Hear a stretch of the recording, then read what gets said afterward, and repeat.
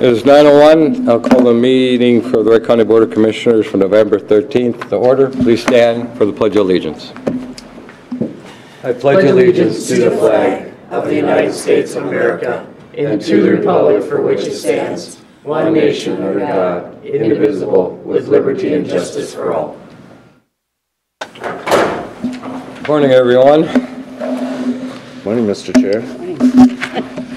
This County Board minutes of November 6th. Does anybody have any concerns, changes? Mr. Chair, I'll make a motion to approve the minutes from the November 6th meeting. I'll second that. Motion by Commissioner Vetch, second by Commissioner Hewson. Any other discussions? Hearing none, all those in favor say aye. Aye. Opposed, same sign. Motion carries unanimous. Review and approval of the agenda. Does anybody have anything that they need to add to the agenda? Mr. Chair, I'll make a motion we approve the agenda. Well, I think we got something. Oh, we do? Okay. We had on consent to schedule a public You get it. I don't know if it got included in the board packet. I think it's on there. Mr. Chair, is that item C under consent? Ditch Committee of the Whole, Right Ditch here. Committee of the Whole. Ditch 31? It's on there. We're good? Okay. So, Mr. Chair, I have a motion to approve the agenda. Second. Motion by Commissioner Burrell, second by Commissioner Potter. Any other discussions? Hearing none, all those in favor say aye. Aye. Opposed, same sign. Consent agenda. Does anybody have anything they would like pulled for further review? The only concern I have is for County Ditch 31, December 11th. Is that going to work for everybody at 1:30? Yeah, I meant to look. Let's check that out. That's it. I was just going to look. December 11th, Tuesday.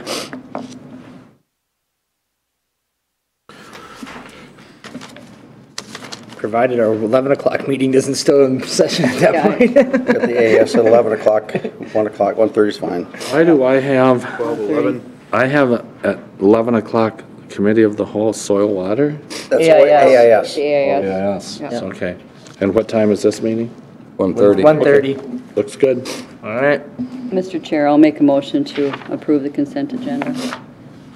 Second. Motion by Commissioner Houston, second by Commissioner Potter.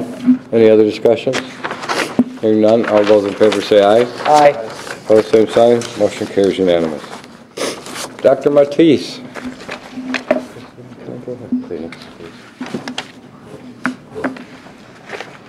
Good morning, Mr. Chair, members of the board.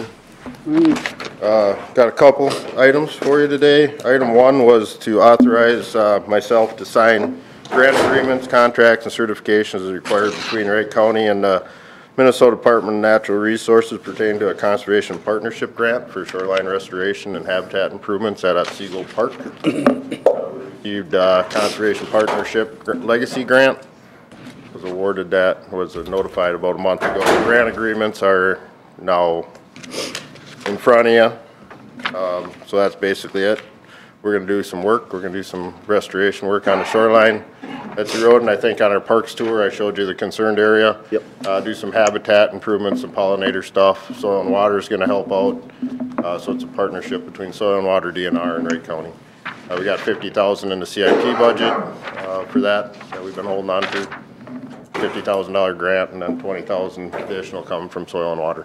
So, Mr. Chair, so the reason that this is on the agenda is because this is 2019 CIP funds, so basically he needs to get it approved in 2018, otherwise he'd have to wait to sign this grant agreement till January. So by us approving it today, he can accept this grant money, but that basically eliminates our ability to lower that levy by that $50,000 between now and when the final levy is set, sometime between now and the first of the year. This is just basically kind of setting a precedence going forward for department heads that have contracts like this that need to get approval prior to the final levy being set, that they'd have to come before the board, letting us know that that basically removes our right from lowering that levy by this $50,000. And Mr. Chair, to that to that concern, Commissioner Vetch, I'm hoping to come with ones that'll do that for 2020 and 2019, as most grant agreements will have that impact, and that's why we developed the CIP. And Mr. Chair. Go ahead. Thank you, Mr. Chair. Mark, this is a grant that after we took that tour, we all were unanimous, yes, we need to do something about erosion control on that bank and everything else going around here at Otsego Park, because it's another couple of years of not doing anything would make it so it'd be washing out that river line quite a bit. I mean, it already seen quite a bit of erosion there, and it definitely is a nice park and want to keep it looking nice. Yeah. The only thing I guess I'd add is that money's not gonna go real far on that. I mean, it'll get the worst spots maybe, or? It's gonna get that whole section we looked at. Yeah, good. Okay. So from where Drain pipe, further upstream from the drain pipe, basically the woods all the way down past the new access. Well, that's good then. We Okay. try to do things at bargain basement prices with top quality projects. So, Mr. Chair, I'll make a motion to assign the grant agreement contracts certification as required between Wright County and the Minnesota Department of Natural Resources. second. Motion by Commissioner Vetch, second by Commissioner Potter. Any other discussions? Hearing none, all those in favor say aye. Aye. Opposed, same sign. Motion carries unanimous. Last item was to authorize the chair and the county coordinator, Lee Kelly, to sign the agreement of use of the wash bay for functional industries. This will be the second contract we've had with them. Basically, they use our wash bay at Public Works Building. They pay us $7 a wash. I administer the contract, I do the invoicing. Mr. Chair, I'll make a motion authorizing signatures on the agreement between Wright County Parks and Functional Industries for use of the wash bay. Mr. Chair, I'll second that, but I do have a discussion. Go ahead.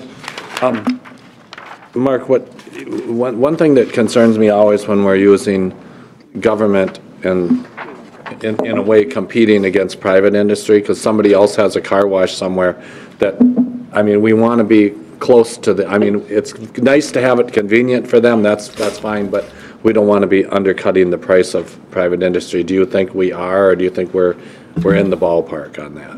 Well, I think I go to a pressure washer, cost me, what, $1.75 for a cycle? Okay. We're charging them $7, so that's what.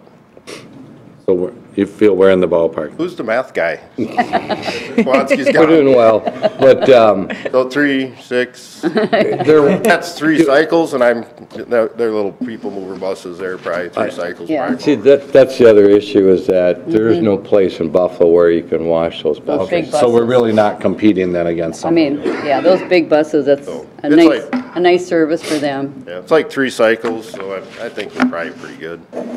All right, I would just make sure that we're keeping a account of that at some point. That's it. Yeah, in my wash, it's $3 for 4 minutes, so it's still within Within reason. Yeah. Okay. I guess we got the wash guy there, he should. No, Yeah, that's true. All right, that's it. all right. All right. There was a motion by Commissioner Houston, second by Commissioner Burrell. Any other discussions?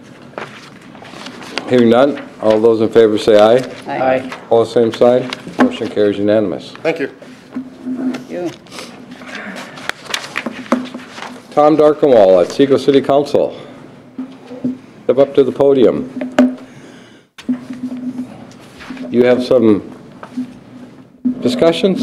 Yes, I had a few just comments that I'd like to relate to the commissioner. First of all, good morning to everyone, and thank you for having me here today. It's been a while since I last sat here and talked to all of you. I think the last time was during an I-94 coalition meeting discussing future improvements on 94. For those who don't know me, my name is Tom Darkenwald. I'm a resident of Otsego in Wright County. I'm a local business owner. I've served on the board and as chairman of our local Chamber of Commerce, president of the I-94 Coalition, director of Wright County Economic Development Partnership, Planning Commission, and was recently reelected to my 4th four-year term on the Otsego City Council. To the point why I'm here, recently I've heard a lot of questions from my fellow citizens regarding misinformation, rumors, and innuendo. As elected officials, it is our responsibility to separate facts from fiction, truth from misinformation. To have an informed electorate is of the utmost importance to all of us. With this in mind, and to respond to the concerns of my fellow citizens, I did my own rudimentary investigation. What I know is several people in our area were recruited to run against Wright County incumbents. A PAC called Responsible Government of Wright County Committee was formed with a P.O. box in Wright County. Jim Smith signed the campaign financial report and was listed as chair. This PAC spent over $45,000 in advertisement to replace these two incumbents. Jim Smith is also the manager of Advanced Disposal Services Incorporated, the fourth largest solid waste company in the U.S., with headquarters in Florida and offices in St. Paul and St. Cloud. When and where did all this $45,000 come from? And what advertisement was $45,000 spent on? This is stuff you only hear in Washington, D.C., and the lobbyists therein, not Wright County. It'll be interesting to see if large amounts of outside money will influence elections in the future instead of our homegrown local politics. It heartens me to know our electorate, our citizens, voted against large outside influence. You know, on Advanced Disposal's website, under their vision and mission, it states they deliver integrity in everything we do, accountability for our actions, and ownership of our responsibilities. They go on to say, it's not just about what we do, but how we do it. I hope this is what they truly believe. It would be nice to have a report that separates the fact from rumor. I ask your help in this endeavor for the future of Wright County. As the old adage goes, garbage in, garbage out. Let's clean it up. Lastly, I'd like to congratulate Commissioners Dahliden and Husum. Did I pronounce that right? Husum. On a well-fought election. Thank you again for listening to my concerns and concerns expressed to me by our fellow constituents. And while I wasn't prepared to do this, I don't see Sheriff Hagerty, but I wanted to just thank Sheriff Hagerty for all he's done for Wright County and his service. And I'd also like to congratulate the new incoming sheriff, Sheriff Derringer. We look forward to working with you. And as I've told our staff, let us know what we can do to make you successful at your job. Thank you for the time. Thank you, Mr. Chair. Thank you, Tom. Does anybody have any questions or discussion? To Mr. Chair. Yeah, go ahead. Thank you, Mr. Chair. Just acknowledge that I have to believe that this is the first time in Wright County history that an outside PAC actually sent mailings such as this out. I mean, this is just, I can't think of any other time that this would have happened. I've never heard of $45,000 being spent by an entity in our communities. It's just mind-boggling, but it's just one of those things. It's just, wow. Yep. Mr. Chair? Go ahead. It is mind-boggling. This makes it kind of one of the more expensive commissioner races historically in Wright County. We're between two different commissioners. But I also want to thank you, Tom, for all your efforts into putting all this information and bringing it here today. You put a great deal of effort into that, and I greatly, greatly appreciate you sharing this and sharing it with the public. I think it's important that all this information is transparent. Yeah. Thank you, Commissioner Vetch. Appreciate that. Yes, thank you very much, Tom. That's well appreciated. Yeah. Commissioner Potter. Thank you, Mr. Chair. The Committee of the Whole met October 11th. Members present was the County Board along with Coordinator Kelly. There was a lot of other members present. I won't go through the whole list. The topic of discussion had to do with the meeting with BKV in the proposed new government center. You don't say nothing again, just make sure that people understand nothing's been finalized, nothing's been there, but it's proposed. What looking at, as you know, been through some different options on how we had to handle it when the courts move out of here. But the county board area was the first part of the discussion, was what would the county board look like? Anthony Enright, project manager from BKV, put on a PowerPoint presentation about some of the options that were presented. There was option A and option C that were two distinctly different layouts on how they were doing. The options show the public conference room area to the north of the proposed boardroom. What happened is it would have divider walls where if we needed a big meeting, we could open up the walls and make this room bigger. Sometimes we have a challenge, especially planning and zoning. And certain times that this room is a little challenging for getting people in here, and as the county keeps growing, it'll only get more of an issue. So the nice thing is with the partitions, you can have multiple meetings if you need it, partition them off.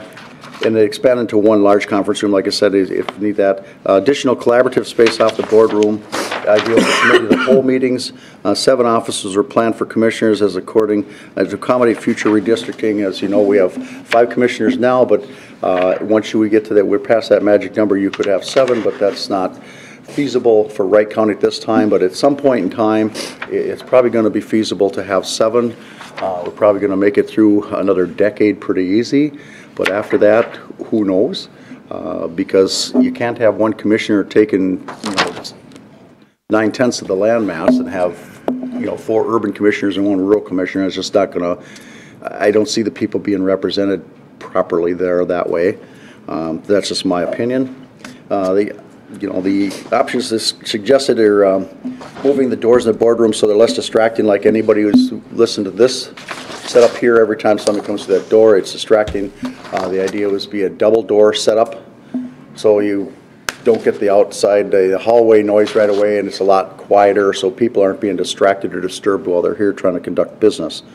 One of the discussion points is prefer the county board and the commissioners all on the main floor, so if people, the constituents come in and want to talk to us, they don't have to go through the whole building to figure out where we're at. They can find us pretty easy.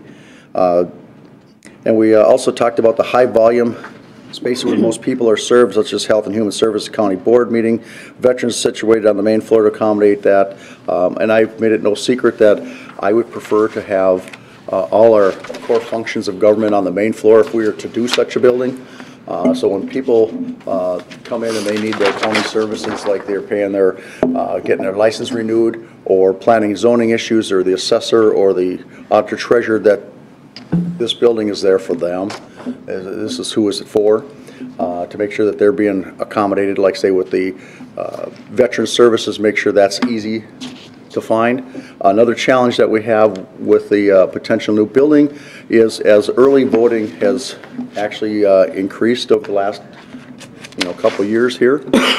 We anticipate that the next presidential election will even be more chaotic than this midterm one here, which was quite busy. We had reserved one of the conference rooms that took it out of, for a month and a half?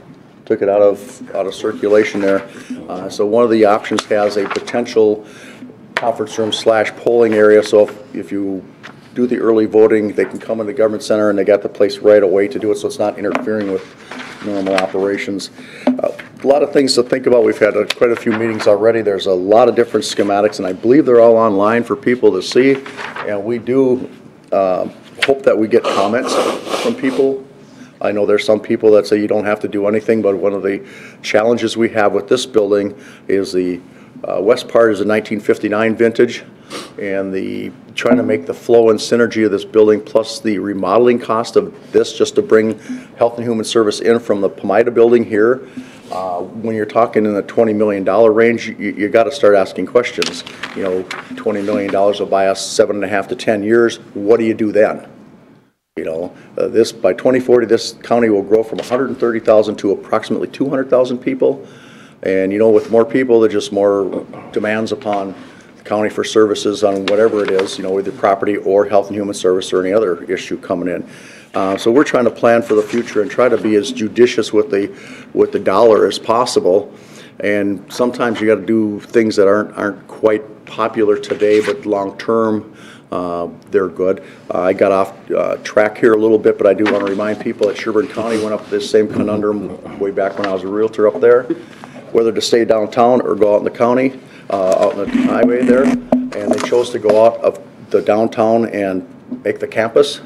And I just remember all 5 of the commissioners got crucified for doing it, but then years later everybody's going, that was the best thing they ever did. Well, sometimes you got to see the forest through the trees here, and you know, we have limitations in this space. How do we overcome them, or how do we deal with them? So that's part of why the discussion here, and sorry I digress on that.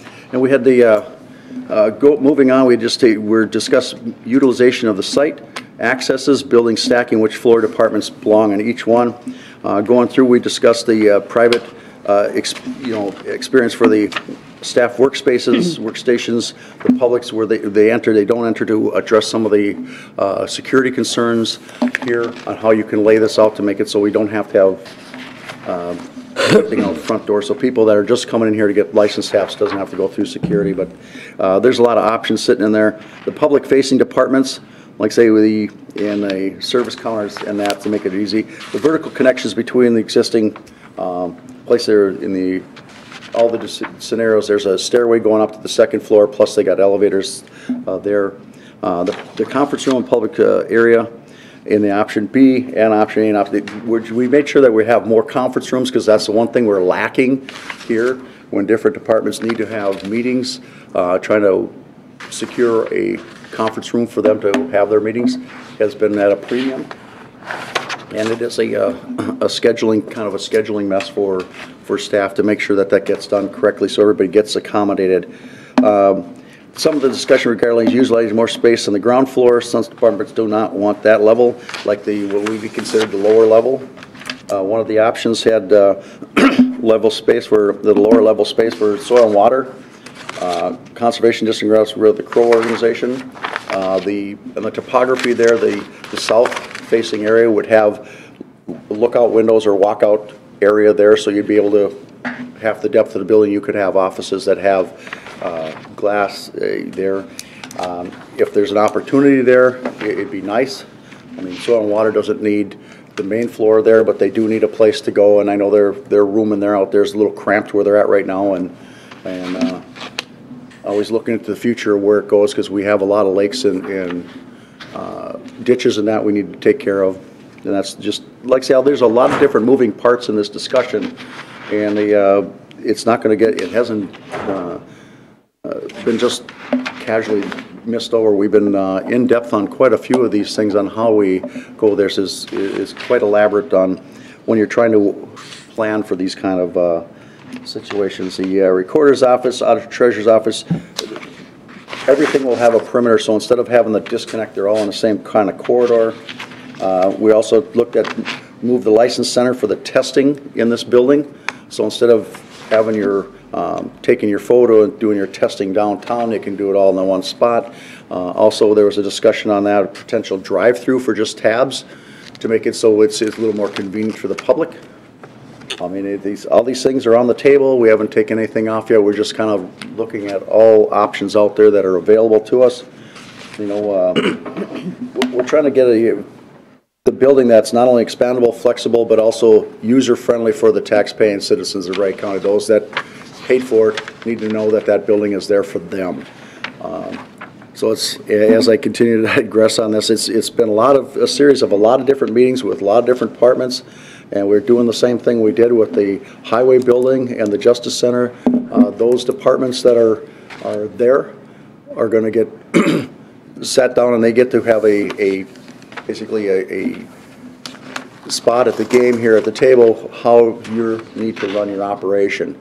We've done that with the last couple of buildings and have been pretty successful on doing it, and Chief Deputy Hoff would know this with the Sheriff Support Building.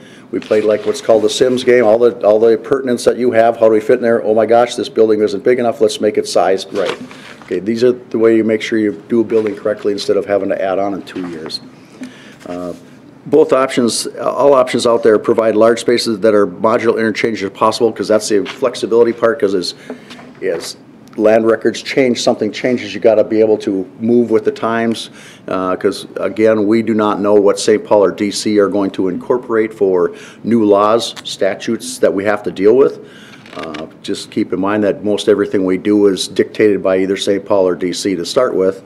We have very little flexibility on our budgets on discretionary items, contrary to what a lot of people do believe.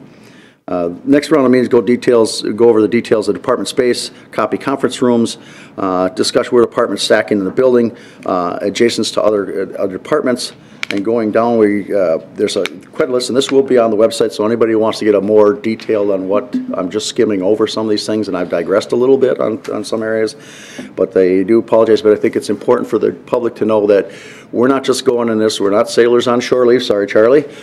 We are thinking this out well, and what is the best long-term for Wright County, because we are 84.87 per capita spending, we're the 10th largest county, and we want to stay there. And the only way we stay there is by being judicious with the money when we're doing it, because, you know, as much as you don't want to do anything, sometimes you just have to do things and just get it over with. Discussions continuing on break rooms, wellness area, there's a potential clinic. Department's amenities to go at the ground floor. Lots of discussions. Anybody who wants to chime in is welcome to chime in on these things. The schematics are all here, so you can look at it and, you know, whatever comments you have, we will gladly listen to. Recommendation was the executive committee meeting of the whole moved from the 1st to the 8th, but actually that got moved again to this week. On the Thursday, was it Thursday the 15th. Thursday the 15th at 10 a.m. So anybody, the public that wants to meet with BKV, you know, you're welcome to it. I mean, I can't tell you no, but you can meet them. And with that, Mr. Chair, I'll make a motion to approve the minutes and that recommendation, noting that the time had changed to the 15th now. Second. I crossed it off. I'll make a motion by Commissioner Potter, second by Commissioner Vetch. The only thing I have is it seems like there's one set of drawings that are missing. No, because this is the one from the 11th. There was a secondary one after that. We have yep. So this is the preliminary Okay. before the preliminary. All right. Right, we're So- waiting on another set of minutes yeah. yet, so. I'm a meeting behind. Yep. Oh, yeah, This is so long ago that you forgot about it. Yeah. Yes, exactly. Because I know the drawings that on these, there was, Oh yeah. the last one was, there were much better Yeah. options. Yep. I thought, okay. These ones are already trashed. I didn't see those. I missed that meeting. Oh, okay. Yeah, there were a lot better options, as far as I'm concerned. Yep. All right. Any other discussions? Hearing none, all those in favor say aye. Aye. Opposed, same sign. Motion carries unanimous. Sheriff-elect Sean Derringer, you want to have a committee of the whole. Good morning, Mr. Chair, members of the board. I appreciate you having me up here. I don't want to cause any panic in anyone as we work through the transition in the next couple of months. I would actually like to seek your input, and some of what I would like to offer hinges a little bit on some of the discussions that we would have. So I would love the opportunity to sit down with you and let you know what I'm looking at and get your input from that. So yes, the committee of the whole meeting would, I think, work well for that. Mr. Kelly, what are we looking at? What's our time frame? Well, we do have quite a few committee of the whole scheduled. I don't know if we want to add on to something or look into the month of December. I don't know if the sheriff-elect has a timeline. As I said, some of what I would like to do hinges on a decision that may or may not be made. So sooner than later. I am also out of town from December 5th through December 12th. Gotcha. Is there any special people that'll need to be present at this thing that might hinge on this meeting? I think it'd be good to have Sean from my office, Okay. HR director, attend. Other than that, Yeah. I didn't have a date specifically in mind. How about if we just say no and be done with it? You guys, I'm good on the Wednesday the 28th, November 28th. How's that look for anyone? I'm available. There's two. Sean? 28th, I'm available. I'm okay, but you don't have anything the week earlier, I'm actually. have a That's lot of- Thanksgiving week. Do you want to do it on Wednesday, the 21st? I could do it that way, but I mean, it's prior to Thanksgiving. I didn't know if people were Oh, going. that's right, Thanksgiving.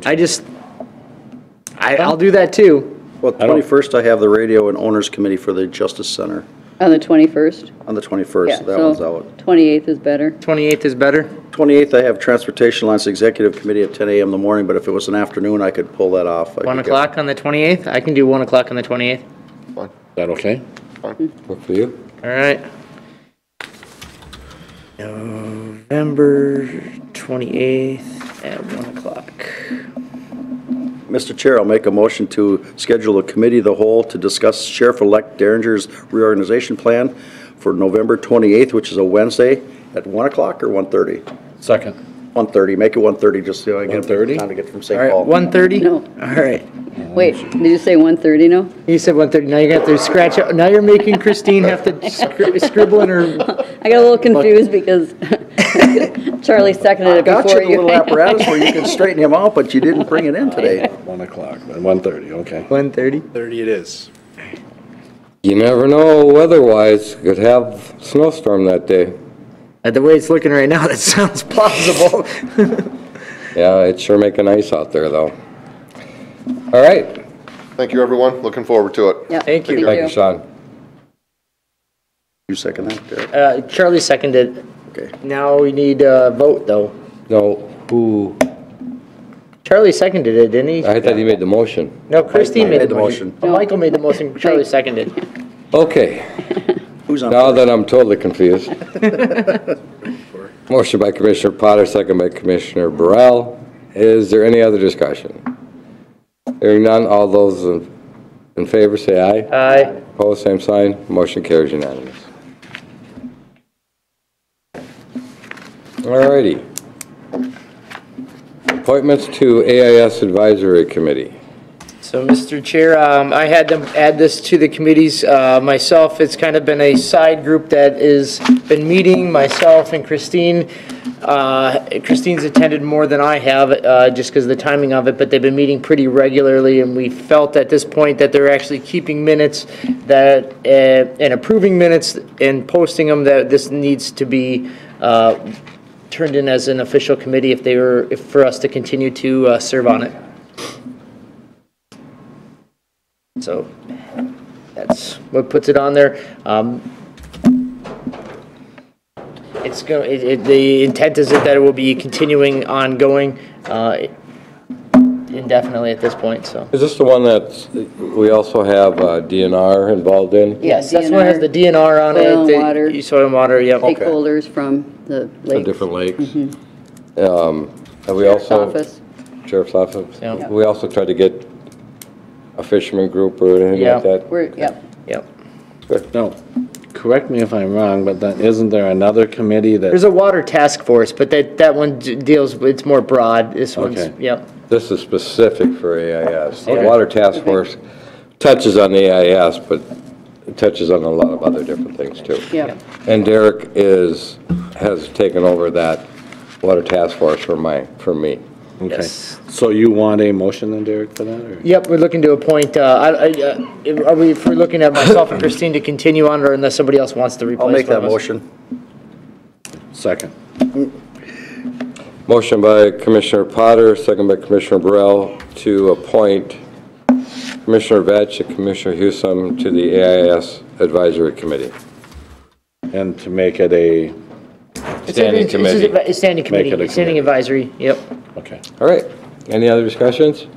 Hearing none, all those in favor say aye. Aye. Opposed, same sign. Motion carries unanimous. Coordinator Kelly, do you have anything that you would like to update the board other than your disappointment in that you're stuck with us two commissioners again? Well, Another 4 years? my first thing I was going to say is congratulations to those that were reelected, and I was going to extend it to Sheriff-elect Derringer as well. I was watching quite a few races that night as I had relatives, I had friends running, and of course Wright County's races, so It was a late night. Congratulations to everybody that got elected. Was your stepfather up for reelection? He was. Did he win? He did not. He did not. So he will be done after 16 years. So Who's this?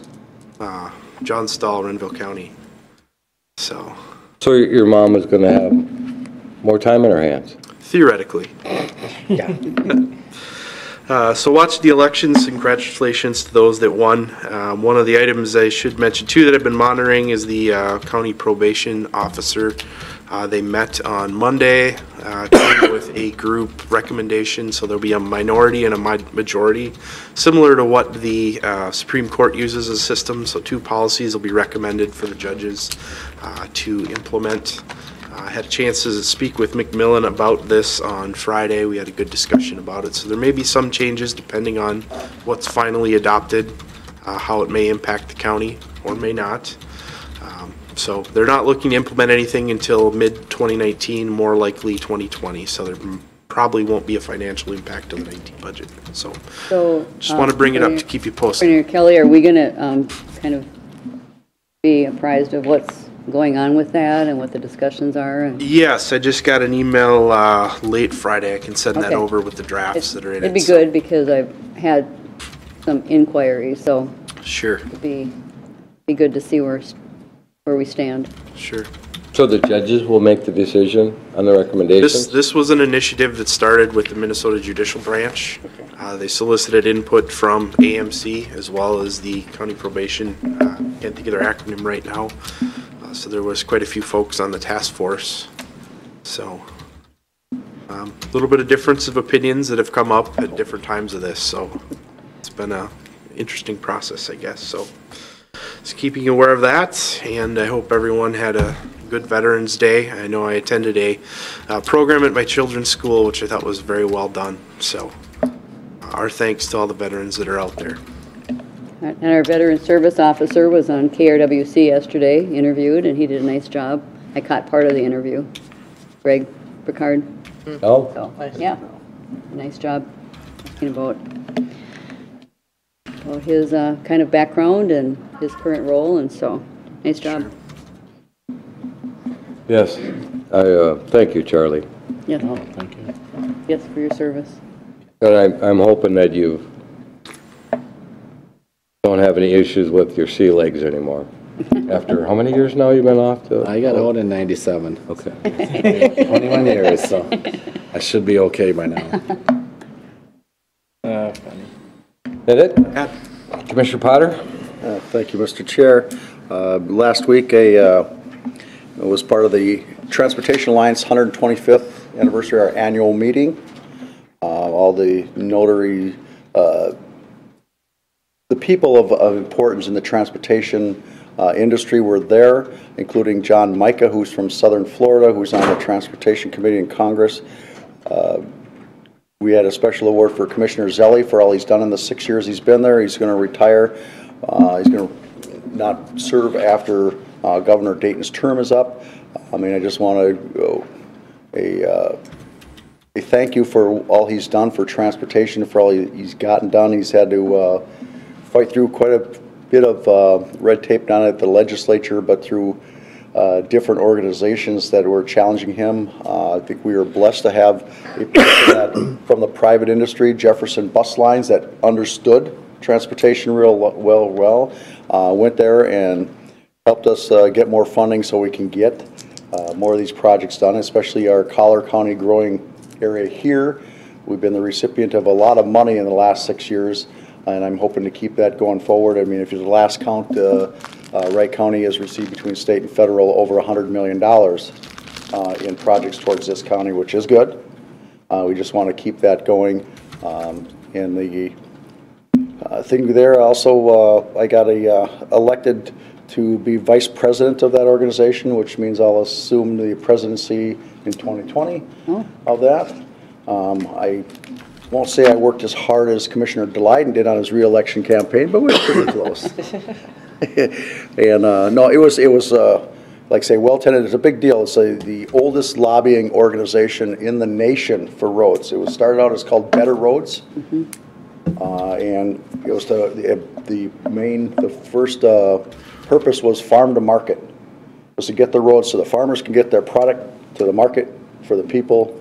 And that was a not only noble cause, but a very worthwhile cause for this state. And that's what part of propelled us ahead of other states in this region to become what we are today. Instead of just a cold Omaha, we are much better than that. And that's all I have, Mr. Chair. But we're still cold. We're still cold. Yeah. You know, in Texas, they still have those farmer markets, Oh, yes. FM roads. They're listed all over the place. They're all over.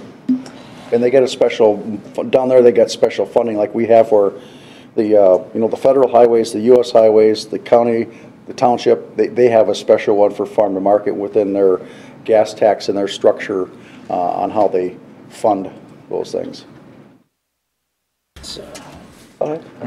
So last week, Maple Lake Safe Schools, most discussion around the mental illness and the kids struggling with a lot of mental illness, struggling in schools. It's kind of the ongoing theme, I think, with all of our safe schools. Another item last week, I joined the elite club with Commissioner Potter at the Board of Equalization training completed. All right. I'm super trained because I got to go through the whole training twice because I got all the way to completing the test, hit submit, and it crashed, so I had to go back and go through all the videos and to answer all the questions second time. So I passed it twice, so I know I'm super trained. I did that on purpose to make sure you got it. Was it easier the second time? Oh, I tremendously easier. But yet you still can't fast forward through the video, so but that's all I have, so.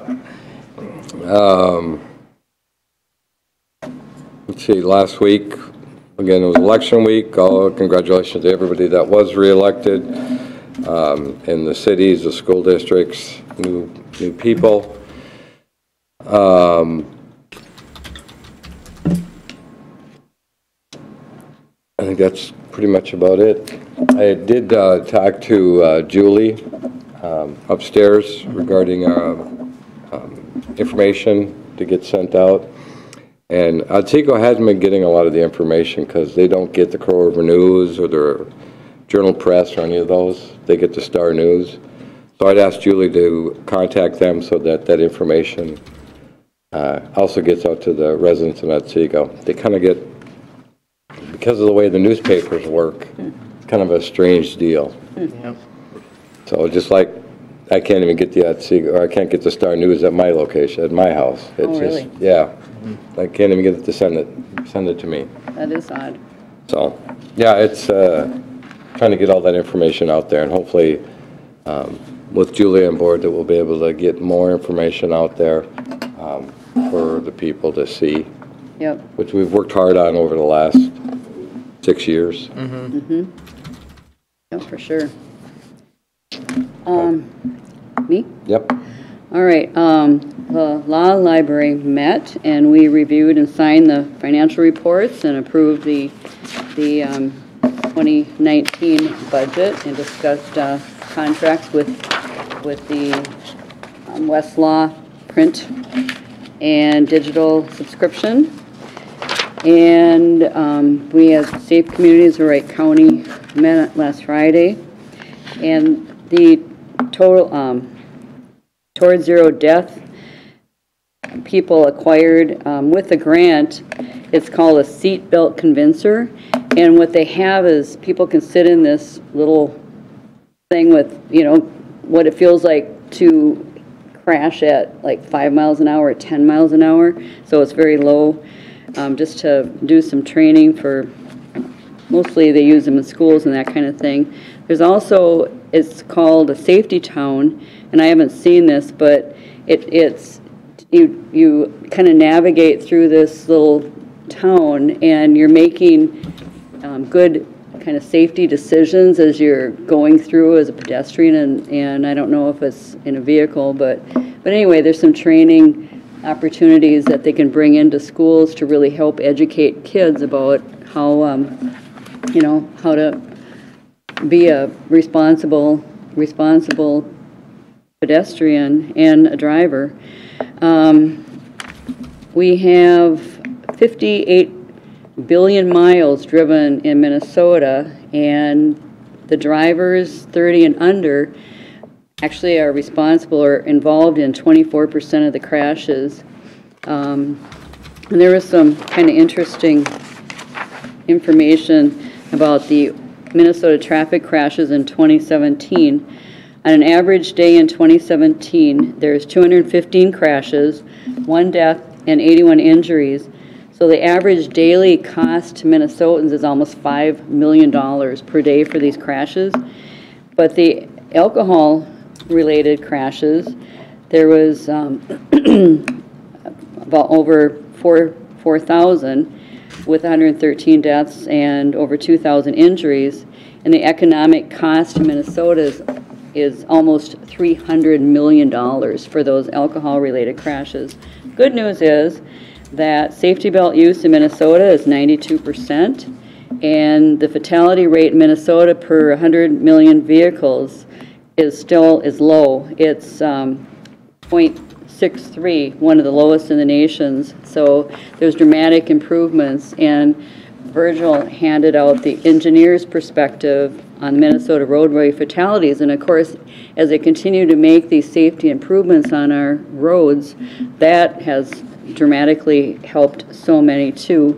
In 2004, there was 655 fatalities, and in 2017, down to 358. So, I mean, they said over this period, they've actually saved over 3,000 lives have been saved compared to what it was up to in 2004. So they continue to make improvements, and between engineering and education and enforcement, all those things are helping to reduce traffic crashes in Minnesota.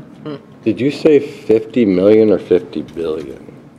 With a B, for miles driven? 58. I said billion unless I wrote it down wrong. 58 billion miles driven in Minnesota. I just didn't quite hear that. Yep. That's a lot of miles. That's a lot of miles. Yeah. And Charlie's probably done half of those. Drive a lot of them. Well, I mean, just think of our county roads, and then we have all of our township roads and our city roads. So just in Wright County, I'd be curious to know how many we have. We know we have 513 county roads, but what do we have for township roads and city roads? I think if you figured how many cars were licensed and the average car drives, 15 to 20,000 miles, you could come up with it that way too, or how much gas you used, and then the average gas per miles per gallon. Or I took statistics, but that might be complicated. Oh, if I may, also the Buffalo Area Dementia Friends is presenting and navigating the caregiver journey, and that is on Tuesday, November 27th. 2018, 9:30 to 11:30 at Zion Lutheran Church. So it's a good thing for people that are working with family members or their caregivers for people with dementia to have this support. So. All right. That it? Yep. Charlie? Well, you mentioned... Nothing else? Okay. I'd say you mentioned a little bit, but with Veterans Day yesterday, which was kind of a special Veterans Day because Veterans Day originated from the end of World War I, Right. which was exactly 100 years ago this Veterans Day. So on the 11th hour of the 11th month, the 11th day. So it was kind of a neat thing. Our church actually rang the bells, stopped Mass, and rang the bells at 11 o'clock. Wow. So that was kind of cool. So. That's cool.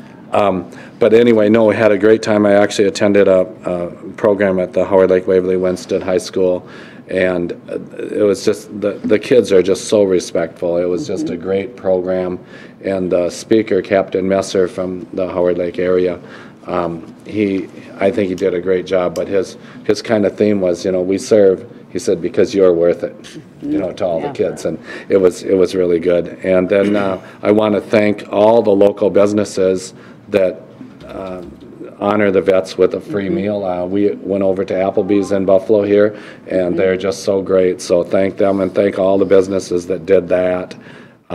It was great. it's kind of moving because you think back, I never experienced this, but there was after the Vietnam War where there was not a good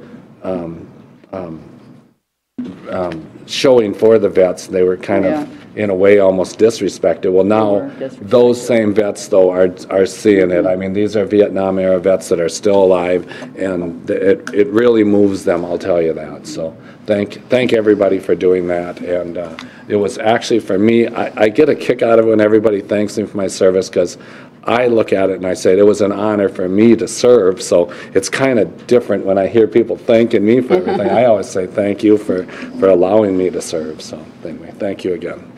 Yep. All right. Anything else to come before the board? Yeah, Mr. Chair, just one last thing before we go. You know, we thank for the people that won, but we need to thank all the people that put their hat in the ring. All of them are run with honorable intentions, and that's how a representative republic works. Is you get people there to try to shape and forge the future of our country. And so for those that ran, even if they didn't come in, you bring key issues that are dear to you to light, which helps with the discussion, just makes us better. I mean, and I'd have to say, majority of the people that choose to run, are doing with honorable intentions. You know, you can't weed out everybody, but, you know, thank you for all those that actually did run, you know, because it's a commitment. And it's tough, and you need to, and it's good that we have people that choose to run and bring subjects to the light of day, so we all get better. Yeah, you're absolutely right on that. All right. Anything else? We are adjourned at 9:52.